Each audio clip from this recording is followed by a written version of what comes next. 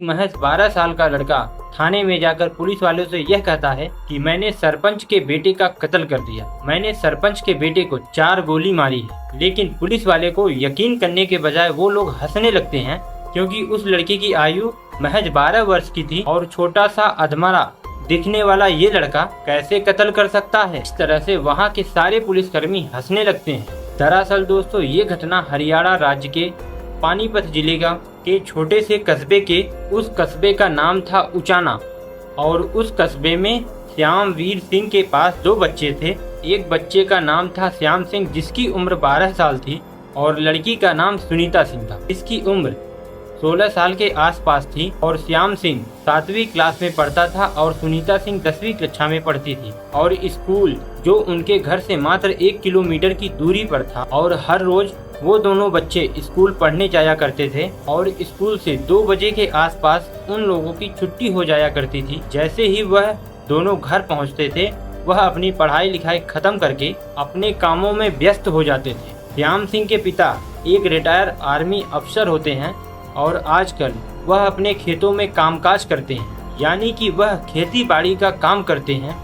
जैसे ही अगली सुबह होती है, श्याम सिंह और सुनीता सिंह दोनों भाई बहन स्कूल के लिए तैयार हो जाते हैं। लेकिन वहीं अचानक श्याम सिंह के पेट में अचानक से दर्द होने लगता है, और अपने पिता राम सिंह से कहता है, पिताजी आज मेरा पेट दर्द हो रहा है, इसलिए मैं आज स्कूल नहीं जाऊंगा। इस तरह सुनीता स्कूल के लिए अकेले निकल पड़ती है और वह स्कूल चली जाती है। और इस तरह तकरीबन 2 बजे के आसपास सुनीता की छुट्टी होती है और वह स्कूल से अपने घर के लिए निकल पड़ती है। और स्कूल थोड़ी दूर पर ही था, इसलिए सुनीता पैदल आती थी और पैदल जाती थी स्कूल से घर तक। लेकिन उसको आज ये नहीं पता था कि आज उसके साथ क्या होने वाला है। जैसे ही सुनीता आधा सफर तय करती है और उसको पीछे से एक ध्वनि आती है, जो वह पीछे मुड़कर देखती है कि गांव के सरपंच ज्ञान सिंह का लड़का सोनू सिंह अपनी बाइक पर से मुझे आवाज लगा रहा है, और वह कह रहा था कि सुनीता तुम आओ, बाइक पर बैठ जाओ, मैं तुमको घर छोड़ देता हूँ। इस तरह सुनीता उसके पास जाती है और थोड़ी देर सोचने के बाद वह बाइक के पीछे बैठ जाती है। और जैसे ही सुनीता सोनू के बाइक के पीछे बैठती है, थोड़ी दूरी तय करने के बाद वहाँ पर एक छोटा सा जंगल आता है। जंगल देखकर सोनू अपने बाइक का रूट बदल देता है, और इस तरह वह छोटे से जंगल के बीच में पहुँच जाता है। और जैसे ही सोनू सुनीता को जंगल के बीच में लेकर पहुँचता है, और तभी वह अपनी बाइक को अचानक रोक देता है और अपनी पिस्टल निकालकर सुनीता के कनपटी पर रख देता है। और सुनीता को सोनू ने बोला, तुम अपने सारे कपड़े उतार दो। और सुनीता ने धीरे धीरे अपने सारे कपड़े उतार दिए, और इस तरह सोनू उसको डरा धमकाकर उसके साथ दुष्कर्म करने लगता है। और वह लगातार 2 घंटे तक उसके साथ दुष्कर्म करता है और उसके साथ प्राकृतिक और अप्राकृतिक यौन संबंध बनाता है। लगभग 2 घंटे तक सोनू सुनीता के साथ ऐसा करता रहता है, और जब सोनू का जी भर जाता है तो वह सुनीता को वहीं पर छोड़कर वह अपने घर चला जाता है। और वहीं दूसरी तरफ सुनीता के माता पिता उसको खोजने लगते हैं कि लगभग 4 से 4:30 का समय हो चुका था। राम सिंह कई जगहों पर जाते हैं और सुनीता की तलाश करते हैं, लेकिन सुनीता उनको नहीं मिलती है। और लगभग शाम का 6 बजे का समय हो चुका होता है, और सुनीता अपने धीरे धीरे कदमों से घर पहुंच जाती है। और जैसे ही वह घर पहुंचती है, वह अपने पिता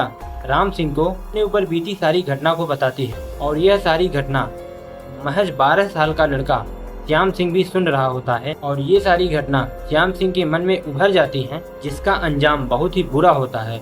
और इस तरह धीरे धीरे शाम हो जाती है, और जैसे ही सुबह होती है, श्याम सिंह पंचायत मेंबर के पास जाते हैं और उनके बेटी के ऊपर बीती सारी घटना को बताते हैं। और इस तरह लगभग 10 बजे के आसपास पंचायत बैठाई जाती है, और वहाँ पर ज्ञान सिंह के लड़के सोनू सिंह को भी बुलाया जाता है। और इस तरह पंचायत दोनों पक्षों की बात ध्यान से सुनता है, और सुनीता का भी पक्ष रखा जाता है और सोनू का भी पक्ष रखा जाता है। लेकिन सोनू एक झूठ बोलता है। वह कहता है पूरी पंचायत को कि कल मैं यहाँ पर था ही नहीं, किसी काम की वजह से गांव के बाहर गया हुआ था। और इस तरह से पूरी पंचायत का समूह पक्ष लेती है, क्योंकि सोनू एक बिगड़ी हुई दबंग सरपंच का बेटा था। इस तरह पूरी पंचायत ज्ञान सिंह के फेवर में ही बात कर रही थी, यानी कि सोनू के पक्ष में ही सब बोलते हैं। और पंचायत इस नतीजे पे पहुंचती है, और नतीजा यह निकाला जाता है सोनू सच बोल रहा है और सुनीता झूठा आरोप लगा रही है। आखिरकार सोनू के पक्ष में ही पंचायत चली जाती है, और सोनू का पक्ष लेते हुए पंचायत को बर्खास्त कर दिया जाता है। लेकिन राम सिंह वहां ठहरने वाला नहीं था। और वह जैसे ही पुलिस स्टेशन जा करके यह पूरी घटना सुनाता है तो वहाँ का जो दरोगा होता है वह भी दबंग पंचायत के बेटे सोनू का ही पक्ष लेता है और दरोगा कहता है कि इस बात पर पंचायत बैठाई गई थी, जो पंचायत ने फैसला लिया है वो सही है और सटीक है। और राम सिंह दरोगा बाबू की यह बात सुनकर वह घर लौट आते हैं और जैसे ही घर लौटकर आते हैं उसका लड़का श्याम सिंह अपने पिताजी से पूछता है वहाँ पुलिस स्टेशन पर क्या हुआ। इस तरह राम सिंह ने अपने बेटे से कहा कि यहाँ पर जो अमीर लोग हैं उन्हीं की चलती है, गरीब लोगों की पुकार कोई नहीं सुनता। यह बात सुनकर पिताजी का श्याम सिंह के दिमाग पर गहरा असर पड़ता है और जैसे ही अगली सुबह होती है दोनों बच्चे स्कूल के लिए तैयार हो जाते हैं और श्याम सिंह जैसे ही एक कमरे में जाता है वहाँ पर देखता है कि उसके पिता की वहाँ पर पिस्तौल पड़ी है और उसके ही बगल में उसकी गोली पड़ी हुई है। और इस तरह से श्याम सिंह पिस्तौल को उठा लेता है और उसके अंदर गोली भर लेता है और उसको अपने बैग में डाल लेता है।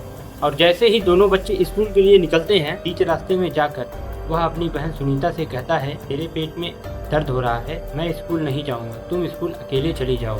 इस तरह सुनीता स्कूल चली जाती है अकेले और श्याम सिंह घर लौटकर नहीं आता है। वह पूरे गांव में सोनू सिंह की तलाश करता है और जैसे ही वह लड़का अपने चाचा बहादुर सिंह से पूछता है कि आपने सोनू सिंह को कहीं देखा है, उसका चाचा श्याम सिंह से कहता है सोनू नहर पर गया हुआ है। और इस तरह श्याम सिंह नहर के पास पहुंच जाता है, वहां जाकर देखता है कि सोनू शराब के नशे में धुत पड़ा हुआ है। और इस तरह श्याम सिंह सोनू के पास चला जाता है और वहीं सोनू बहुत ही ज़्यादा नशे में होता है। और जैसे ही सोनू सिंह नदी के किनारे लेट जाता है तब श्याम सिंह अपने पिता की पिस्तौल निकालकर सोनू सिंह को 4 गोली मार देता है। सोनू सिंह को 4 गोली मारने के बाद श्याम सिंह पुलिस स्टेशन पहुंच जाता है। पुलिस स्टेशन पहुंचकर दरोगा बाबू से श्याम सिंह यह कहता है कि मैंने ज्ञान सिंह के बेटे सोनू सिंह को 4 गोली मारा है। और इस तरह से पुलिस वाले उसके ऊपर हंसने लगते हैं। उसके ऊपर कोई यकीन नहीं करता है। इस घटना को अभी 20 मिनट का समय हुआ था और दबंग सरपंच ज्ञान सिंह जैसे ही पुलिस स्टेशन पर पहुंचता है वह देखता है कि पहले ही 12 साल का श्याम सिंह पुलिस स्टेशन में जाकर बैठा हुआ है। वह पुलिस वालों को पूरा बयान भी दे दिया था, लेकिन पुलिस वाले उसके ऊपर हंस रहे और उसके ऊपर विश्वास ही नहीं कर रहे थे। और जैसे ही यह घटना ज्ञान सिंह ने बताया पुलिस वालों के पैरों के तलों से जमीन खिसक जाती है और उस समय श्याम सिंह को गिरफ्तार कर लिया जाता है। और इस तरह से पुलिस वाले श्याम सिंह से पूछते हैं कि तुमने सोनू सिंह को क्यों मारा। इस तरह से 12 साल का लड़का श्याम सिंह जवाब देते हुए कहता है कि आप सबको जब सारी घटना पता है तो तब मुझसे क्यों पूछ रहे हो। और इस तरह से वहाँ पर पुलिस वाले शर्मिंदा हो जाते हैं। पुलिस वाले श्याम सिंह को जज के सामने पेश करते हैं। तब जज भी यह पूछता है इस हत्या की वजह क्या है। और जैसे ही जज को सच्चाई पता चलती है तो जज के आंखों में आंसू आ जाते हैं और इस तरह से श्याम सिंह को बाल सुधार गृह में भेज दिया जाता है। और श्याम सिंह को 5 साल तक रखा जाएगा। जब तक वह बालिग नहीं हो जाता है तब तक उसको बाल गृह में ही रखा जाएगा। और वहीं दूसरी तरफ श्याम सिंह की बहन सुनीता सिंह एक घटना से तो बाहर नहीं आई, वहीं दूसरी तरफ इस घटना को सुनकर वह भी वहीं पर बेहोश हो जाती है। और यह कहानी यहीं पर समाप्त होती है। और इस घटना से आप सभी को यह सीख मिलता है कि हमारे जो पुलिसकर्मी भाई लोग हैं उन लोगों से हमारे तरफ से विनती है कि आप सभी लोग ऐसा कदम ना उठाएं और दबंग के चक्कर में और इस तरीके के चक्कर में पड़कर किसी भी बालिग का जिंदगी ना बर्बाद करें। आप लोग एक्शन लिए होते आज तो आज ये श्याम सिंह जेल में ना गया होता और ना ही पिस्तौल निकाल कर सोनू सिंह को मारना पड़ता उसको।